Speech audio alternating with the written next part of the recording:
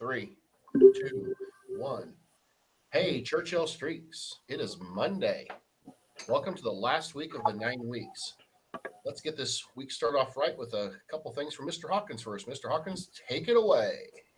Hey, good morning, Streaks. Hey, one thing I want to say to you, the thought of the day, I'm going to start with the thought of the day, and I think it goes really well with what's going on right now around us in our country and kind of in the world.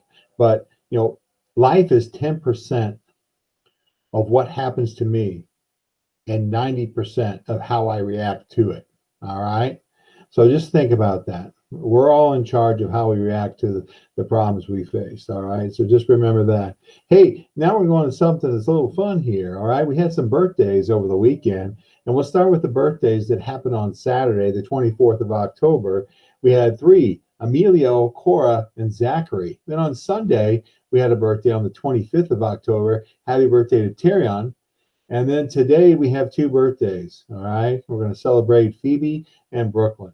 All right. That's all I have for birthdays. Happy birthday to those streaks. Back to you, Mr. Lingenfelder. Thanks, Mr. Hawkins, and happy birthday to all those students. I know that's a special day for each of you. Some streaks to celebrate. Eighth grade student of the week.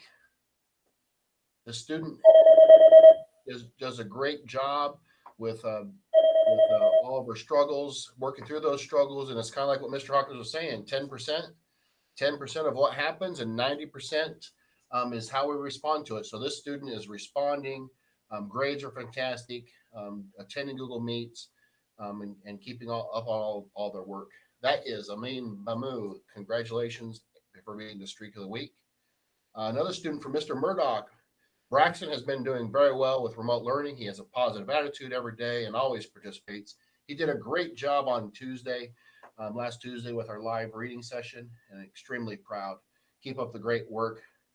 From to Braxton from Mr. Murdoch. This other student, these are all from choir, consistently high quality work in choir, turning things in on time, being a leader, and showing a great attitude.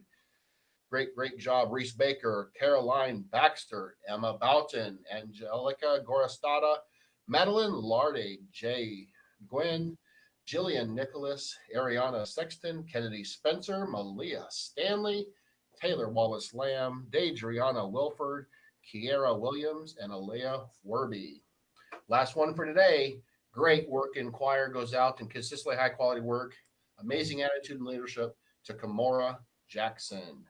Mr. Hawkins, back to Hey, you. that's great. Always love hearing about our streaks, the kids that are doing well in the classroom and doing the things right. All right. Hey, we recently sent out a e-learning survey to our students to kind of ask you, the student, how things are going. And today I've been spending time looking at some of those responses. And I really appreciate the people that have responded and said, great things. But I want to address those people who are a little frustrated. And I see some common themes, and I want to address those right now. Some of you are emailing me talking about how e-learning is making you get up too early in the day. Well, did you know that e-learning actually starts 1 hour later than if we were meeting face to face? So, and then in the same part, you were saying, well, I just want to come back to school. Well, if you want to come back to school, you're not going to be able to sleep as late. All right. So please don't say that e-learning is too early in the morning for you. All right. Remember, as a kid, your age, you need to be going to bed on time and getting plenty of rest and sleep, because your body and your mind is developing at this time. All right. Next thing, please pay attention to each teacher's weekly agenda. All right. This is where the teacher is placing the summary of the week's activities. I had a teacher reach out to me today that they had a Scantron test today, and that just a few kids in each class got on and participated in the test. That is completely unacceptable. That's not acting like a streak.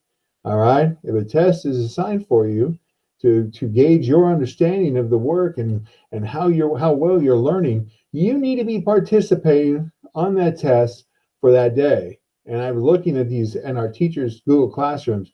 Those weekly agendas have everything posted. We need to be paying attention to those. And finally, utilize your teacher's office hours. Some of you are afraid to ask questions in front of your peers. Teachers' office hours at the end of the day are where teachers are available to connect with you one-on-one and answer those questions you might be afraid to ask in front of your peers. All right. Hey, we are here for you. You know, Mr. Lingenfelder and I and the staff here at Churchill, we want you to do well and we want to be here for you. And I know one thing for certain, the teachers are. All right. So I need you, those of you who are kind of struggling a little bit, to put forth a little bit more effort. And if you are putting forth the effort and you're still struggling, then you reach out to Mr. Lingenfelder and I, and we'll try to see how we can help you out. All right. Hey, that's all I have. Back to you, Mr. Lingenfelder, for the upcoming SEL activity. Thanks, Mr. Hawkins. Next week, starting on Monday, or starting today, Monday, October 26th. So starting today and going all the way through the 30th. This week, Sweet 360. Remember, you can get there through Clever. The SEL theme for both 7th and 8th grade is setting up expectations and going about learning. And so it blends well with what Mr. Hawkins was just talking about. There are some things that we can do, we as individuals, that means every single one of us, that we can do to improve. And so in 7th grade, it's different places to learn. I know that e-learning is different. So setting aside that place to learn, and then prioritizing school. So make your learning a priority during the day. The day is shorter right now. Make that a priority. Roll up your sleeves, look at that Sweet 360, and see if there's some takeaways that you can put into place as we transition at the end of this week to Q2, where we are going to really be looking for some improvement. So if you students have any ideas of what you can improve on, be thinking about that and setting those goals. Mr. Hawkins? Hey, thank you. Thank you, Mr. Lingenfelder, for giving that SEL lesson and theme for the week for both grade levels. Hey, students, you know, I felt like I was getting on you a little bit, but that's only because we care about you. We do, and we want you to do well. We wouldn't be in this business if we didn't care about making kids better people, all right? So I'm going to leave you with this. Hey, as always, it's a great day to be a streak.